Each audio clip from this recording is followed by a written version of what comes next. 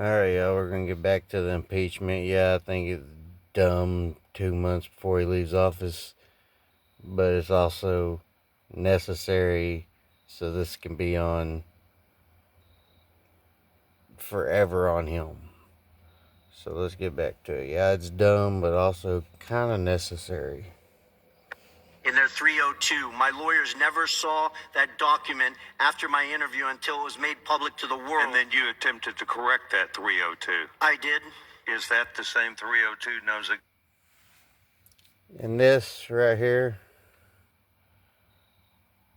yeah, I'm guessing you can just look that up, and that's how I found it. So somebody asked me for a link, so there it is. Reports that have come out of banks were all fraud. Gentleman's time's expired, but he asked a question about the SARS report. No, I mean, just the number of SARS reports should give every American pause. The average American in this country will never receive a single SAR in their entire life. So for a family or an individual to have over what I've publicly seen 150 of them is just extraordinary. Okay. I want to thank all the witnesses that are here today, Mr. Chairman. Thank you very much. Gentleman's time's expired. Chair now recognizes Mr. Frost. I thought you said Frost. Sorry. Oh, Mr. Kassar. Frost was made. Kassar. Thank you, Chairman. And if I could have my full 5 minutes, I'd appreciate that. Reset the clock for 5 minutes for Mr. Kassar. Thank you, Chairman.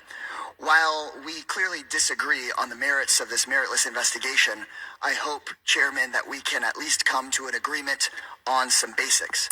I believe that you and I can agree that presidents and White House officials should not be unduly influenced by foreign powers.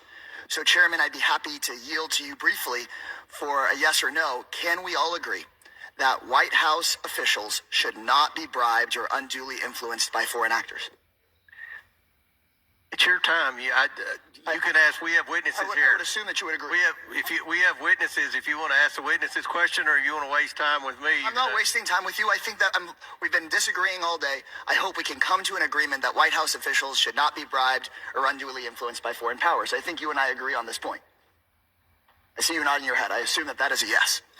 I'm glad that we can work as an oversight committee on investigations, do the work we need to do, and make sure that no one in the White House has betrayed the public trust. We've spent countless hours talking about Hunter Biden, investigating every single person it seems like he's ever shaken hands with.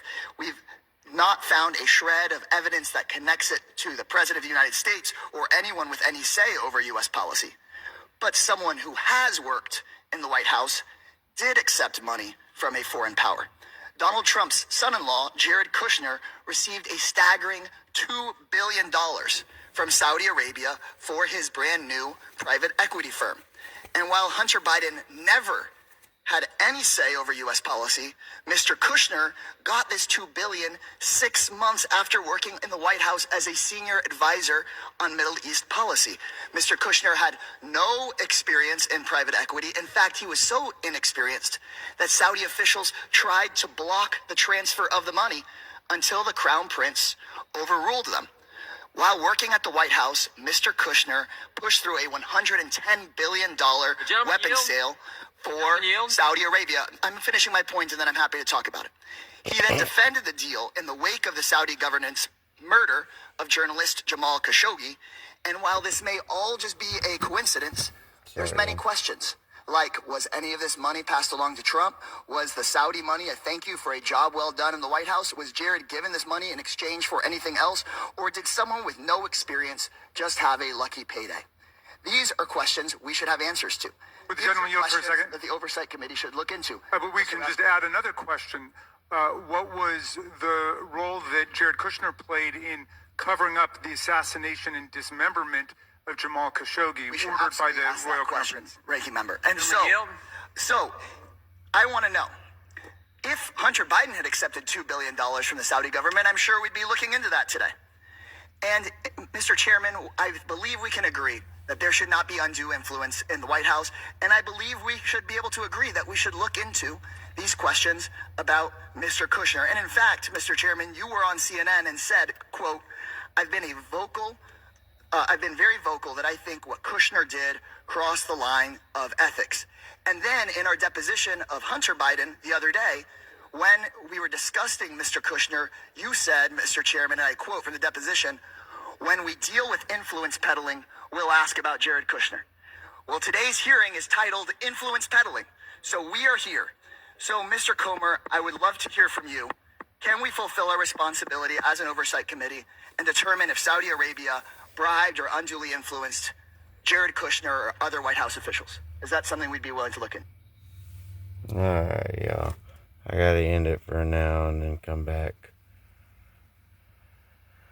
Alright, just scroll up and you'll get the rest of it.